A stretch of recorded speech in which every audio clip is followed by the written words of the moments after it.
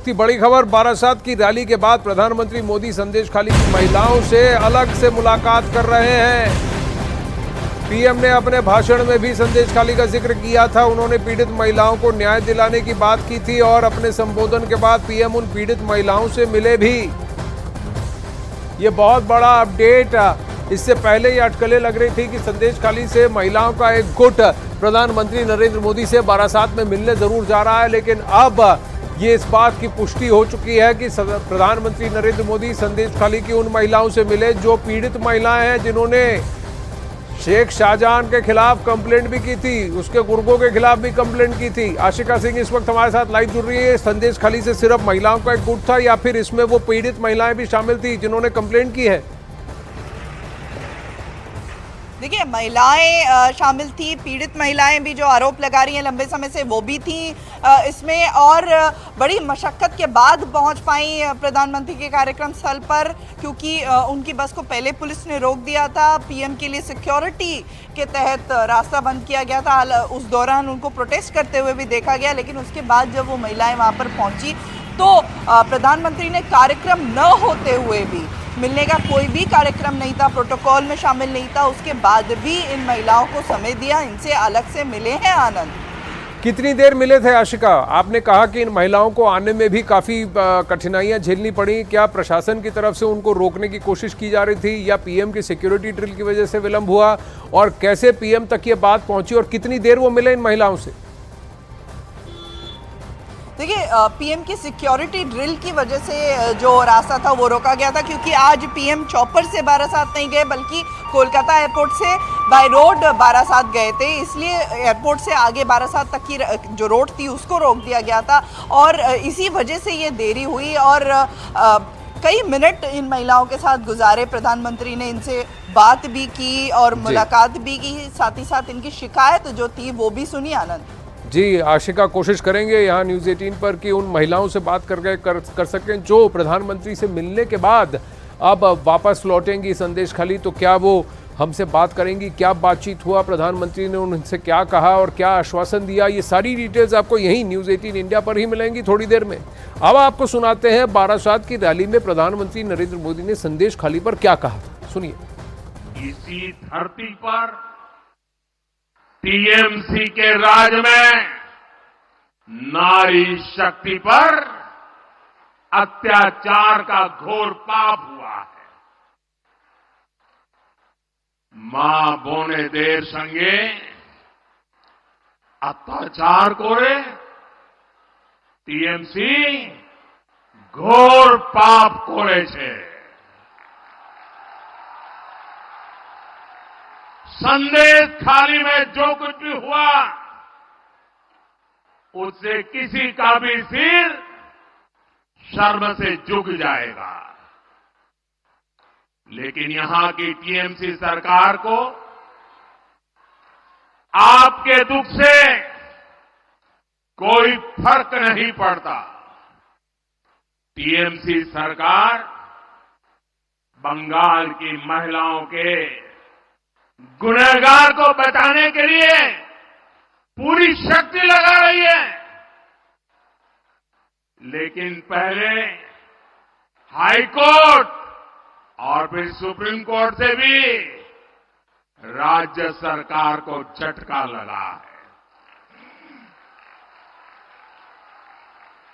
गरीब, दलित, वंचित, आदिवासी परिवार की बहनों बेटियों के साथ टीएमसी के नेता जगह जगह अत्याचार कर रहे हैं, लेकिन टीएमसी सरकार को अपने अत्याचारी नेता पर भरोसा है, बांग्ला बहन बेटियों पर भरोसा नहीं है। इस व्यवहार से बंगाल की महिलाएं, देश की महिलाएं आक्रोश में है। नारी शक्ति के आक्रोश का ये ज्वार संदेशखाली तक ही सीमित नहीं रहने वाला। संपूर्ण बांग्लाते संदेश खालीर जड़ उठबे। মা বোনের সঙ্গে অত্যাচার করে ঘোর পাপ করে शायद ही पहली बार कभी इससे पहले बंगाल की जनता को संबोधित करते हुए इतनी बार बांग्ला में बोले प्रधानमंत्री नरेंद्र मोदी। और सबसे बड़ी बात, मां बहनों के साथ अत्याचार करे, घोर पाप करे तृणमूल कांग्रेस सरकार। मां बहनों पर बहुत ज्यादा फोकस, तवज्जो इस बार। क्या क्या सरकार की नीतियां हैं। ड्रोन पायलट स्कीम, महिला ड्रोन पायलट स्कीम की भी बात की थी प्रधानमंत्री नरेंद्र मोदी ने। संदेश खाली पर खास कर कहा कि वो सब मां बहनें मेरा ही परिवार है। प्रधानमंत्री ने बारासात की रैली से ममता सरकार पर जमकर हमला किया। उन्होंने ममता सरकार को महिला विरोधी बताया और बंगाल सरकार पर माफिया के दबाव में काम करने का आरोप भी लगा दिया। मैं देख रहा हूं कि टीएमसी के माफिया राज को ध्वस्त करने के लिए बंगाल की नारी शक्ति निकल चुकी है।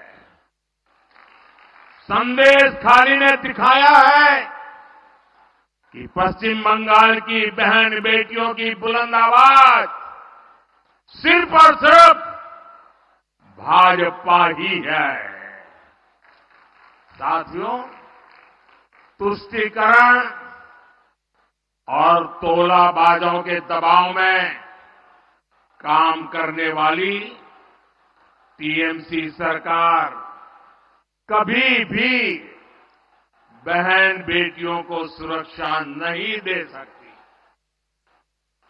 वहीं दूसरी तरफ भाजपा की केंद्र सरकार है जिसने बलात्कार, रेप जैसे संगीन अपराध के लिए फांसी की सजा तक की व्यवस्था की है।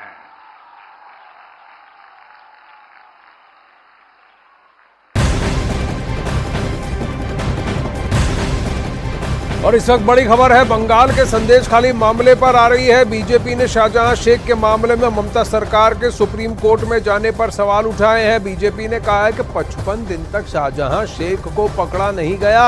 कल कोलकाता हाईकोर्ट ने पश्चिम बंगाल पुलिस के रवैये को पक्षपातपूर्ण बताया। सीबीआई को मामला दिए जाने के खिलाफ राज्य सरकार सुप्रीम कोर्ट में अपील कर रही है।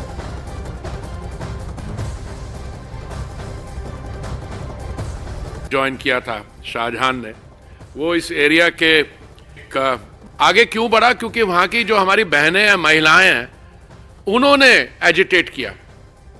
और ये जो कल की कलकत्ता हाईकोर्ट की जजमेंट है, state police is completely biased, उसको गिरफ्तार होने नहीं दे रही, they are not handing him over.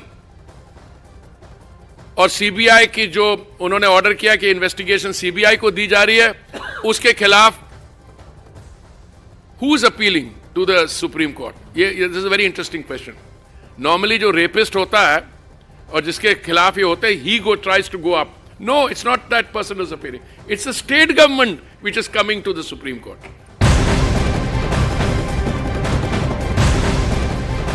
अब वही संदेश खाली मामले में राष्ट्रीय महिला आयोग ने राष्ट्रपति को अपनी रिपोर्ट सौंप दी है। राष्ट्रीय महिला आयोग बंगाल के हालात का जिक्र करते हुए बंगाल में राष्ट्रपति शासन की सिफारिश भी कर चुकी है। तो इससे पहले एनसीएससी यानी कि SC/ST की जो नेशनल कमीशन है, उसने भी राष्ट्रपति शासन की सिफारिश की थी। और अब राष्ट्रीय महिला आयोग यानी नेशनल कमीशन फॉर वुमेन, उन्होंने भी अपने रिपोर्ट में राष्ट्रपति को वहां पर राष्ट्रपति शासन लागू करने की का सिफारिश किया है कि सिफारिश की है। उसका एडवाइस दिया है कि आप बंगाल में राष्ट्रपति शासन लागू करें।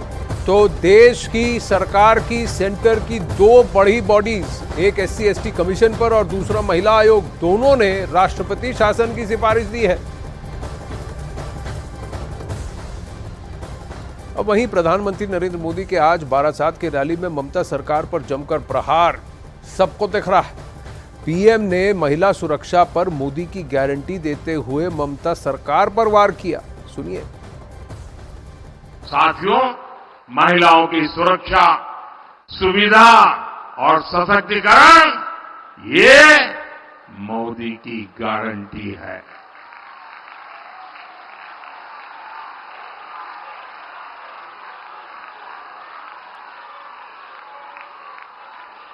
महिला सुरक्षा सुविधा आरो सशक्तिकरण एटा मोदीर गारंटी।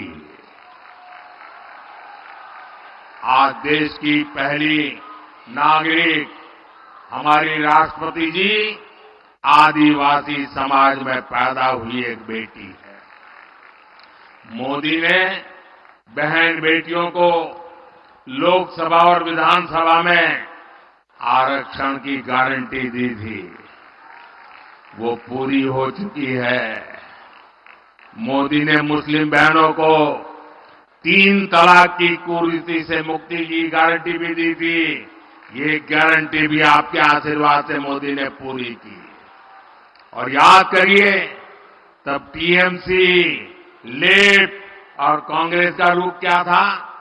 इंडी गठबंधन के लोग तब भी कट्टरपंथियों के साथ खड़े थे और आज भी उनके साथ है। भाजपा सरकार के प्रयास से आज देश के हर सेक्टर में महिलाओं के लिए नए रास्ते बन रहे हैं। लेकिन आपको याद रखना है, जहां जहां इंडी गठबंधन के सहयोगियों की सरकार है, वहां पर महिलाओं पर उतना ही अत्याचार है। बंगाल पर टीएमसी नाम का जो ग्रहण लगा हुआ है, वो इस राज्य के विकास को आगे नहीं बढ़ने दे रहा। इसलिए आप सभी बहनों को इंडी गठबंधन को हराना है, देश के कोने कोने में कमल खिलाना है।